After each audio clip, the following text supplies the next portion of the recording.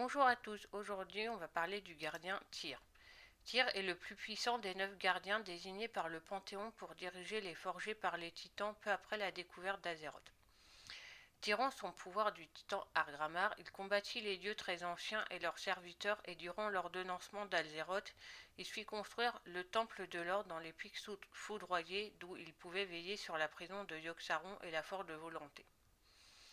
Son fait le plus célèbre reste néanmoins sa victoire sur le proto-dragon Galakron, car outre le fait que c'est lui qui proposa la création des aspects et des dragons, cette bataille inspira la légende de la main d'argent, devenue au fil des générations un véritable symbole de la justice aux yeux de bon nombre de mortels.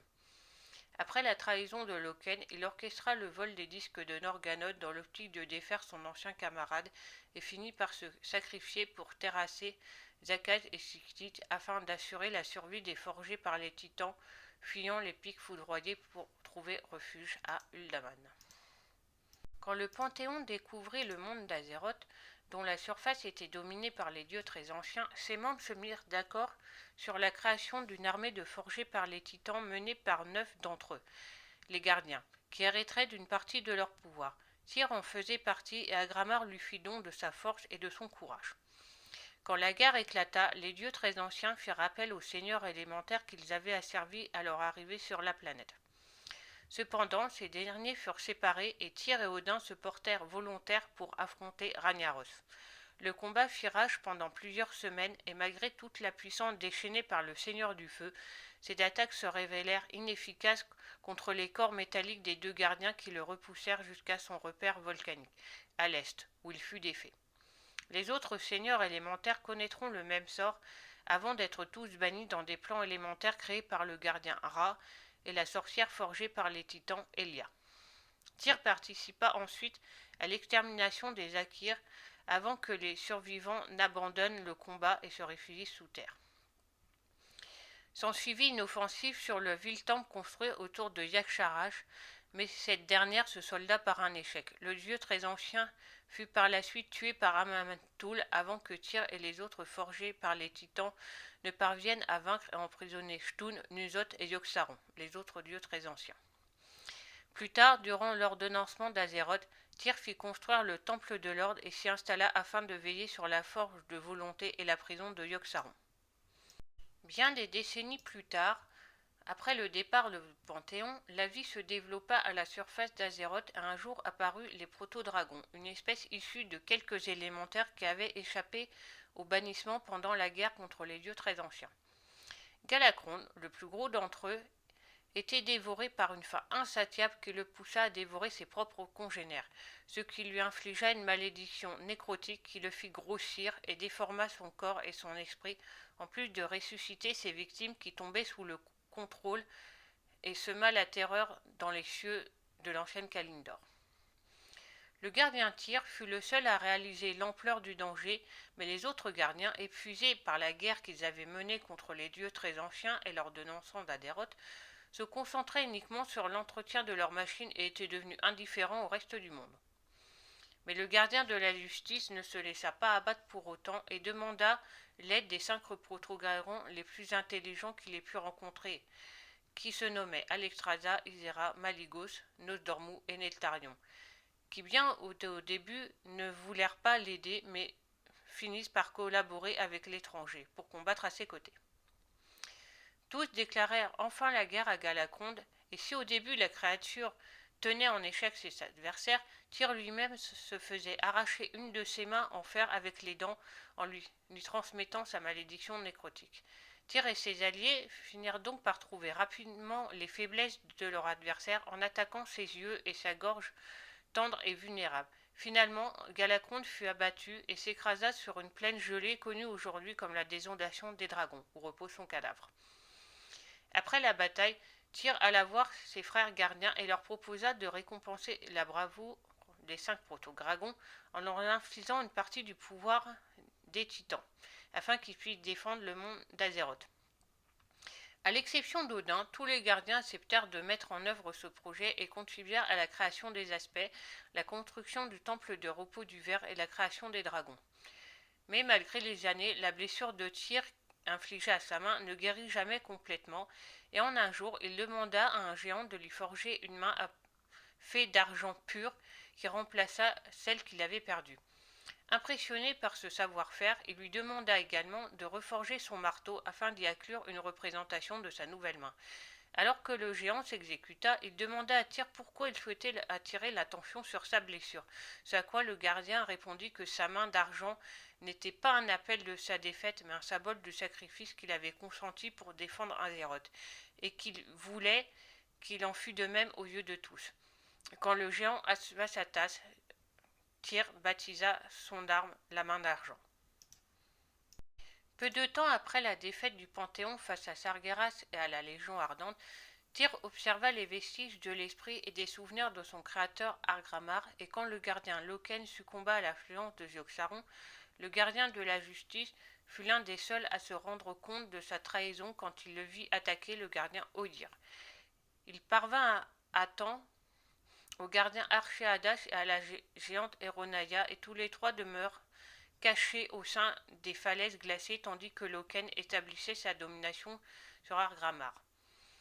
Bien des générations plus tard, des géants de feu, deux créations de Loken qui l'aidaient à vaincre Odir, cherchèrent à conquérir les pics foudroyés. Ils prirent le contrôle du tronc Virkul Morgriver par la force, renforcèrent leurs troupes avec des armures enchantées et des golems de magma et attaquèrent les terrestres qui furent pour la plupart exterminés pendant les premiers affrontements. Mais un petit groupe fut sauvé grâce à l'intervention d'un membre du clan Vricul nommé Ygriv, que conduit les survivants jusqu'à Tyr, qu'il estimait être la seule personne capable de sauver son clan. Le gardien de la justice proposa alors à Ygriv de se repentir en se joignant à lui dans sa lutte contre les Morgriver, offre que l'ancien champion du clan accepta. Afin d'aider le Vricul dans sa mission, Tyr aida à la confection d'un bouclier nommé le Garde-Vérité en se tranchant une partie de sa main d'argent afin de la confier à Archéadas qui utilisa ce fragment ainsi qu'un disque de pierre enchanté d'Ironarnia pour forger le bouclier. Peu de temps après, les trois géants s'organisèrent face au Vricul. Tandis que Tyr mena des escarmouches contre les Vricul, Archéadas et Ironaya érigèrent des défenses et ensemble ils repoussèrent les Morgriver. Mais ces derniers revinrent plus tard accompagnés de vols entiers de proto-dragons asservis par des pièges enchantés et brisèrent les défenses terrestres, obligeant le groupe à s'enfuir. Tyr demanda alors, à l'aide des aspects qu'il avait obtenus aussitôt, de se révolter pour l'asservissement de leurs semblables. Ils désarmèrent alors le clan tout entier et plongèrent ses membres dans un profond sommeil avant de les enfermer dans des cités sans tombeaux pendant les prochains millénaires. Résolu à mettre un terme au conflit sévissant dans les pics foudroyés, Tyr et ses alliés mirent au point un plan visant à dérober les disques de Norgannon au sein d'Ulduar. Cela leur permettrait par la suite d'évaluer la trahison de Loken pour mieux échafauder une stratégie. Quand le moment arriva, Tyr se rendit aux portes d'Ulduar et en fit sortir Loken, en le menaçant de terribles représailles s'il n'abandonnait pas le contrôle du complexe titanique. S'ensuivit une dispute entre les deux gardiens qui retint l'attention de Loken suffisamment longtemps pour qu'Ironaya et Archéadas s'infiltrèrent dans le complexe titanique et dérobèrent les disques de Norgannon en toute discrétion. Le groupe prit alors la fuite vers le sud, accompagné de survivants terrestres, un groupe de mécagnomes et un camp Vricul. Mais au bout de plusieurs semaines, Loken finit par se rendre compte de la disparition des disques de Norgannon. Il déclara alors les tombes de Jakad et Sixtit et les ressuscita avant de leur ordonner de récupérer les disques. Les deux abominations finirent par attraper le groupe dans une clairière tempérée au sud-est et les prirent d'assaut. Tyr ordonna alors à ses alliés de s'enfuir le plus loin possible vers le sud pendant qu'il les retenait. Ce combat dura 6 jours et 6 nuits durant lesquels le gardien s'efforça de tenir position et finalement, en proie à la fatigue, il choisit de se sacrifier en déchaînant tous ses pouvoirs et toute sa force vitale en une gigantesque explosion arcanique qui tua le gardien et Jakaj, en plus de se être grièvement blessé, prit la fuite. Ses alliés s'aventura ensuite sur le site de combat dont il ne restait plus qu'un immense cratère crépitant d'énergie arcanique avec au fond les cadavres de Tyr et de Jakaj. Ces derniers furent enterrés par Ironaya et ses serviteurs sur place. La main d'argent sommet du lieu de repos, et la clairière dans laquelle la bataille eut lieu fut baptisée la chute de Tyr au Tirisfau dans la langue des Vricules. Ceux qui accompagnaient le gardien de la justice furent si touchés par son sacrifice qu'ils choisissèrent de s'installer sur place afin de veiller sur la tombe jusqu'à leur mort, tandis que le groupe d'Archéadas et Héronalia reprenait le voyage vers le sud jusqu'à Uldaman qui leur servit de refuge. Par son noble sacrifice, Tyr assura la survie de ses alliés dont la majorité d'entre eux évolueraient au fil des millénaires pour devenir des nains et des gnomes sous les effets de la malédiction de la chair. Mais ses actes ne s'arrêtaient pas là car son combat face à Galakrone inspira une légende vricule qui fut plus tard transmise aux premiers humains. Ces derniers placèrent par la suite la main d'argent et le message qu'elle inspirait au centre de leur culture religieuse, allant jusqu'à l'utiliser comme symbole de l'ordre les chevaliers de la main d'argent qui furent fondés au début de la Deuxième Guerre, ordre de paladins.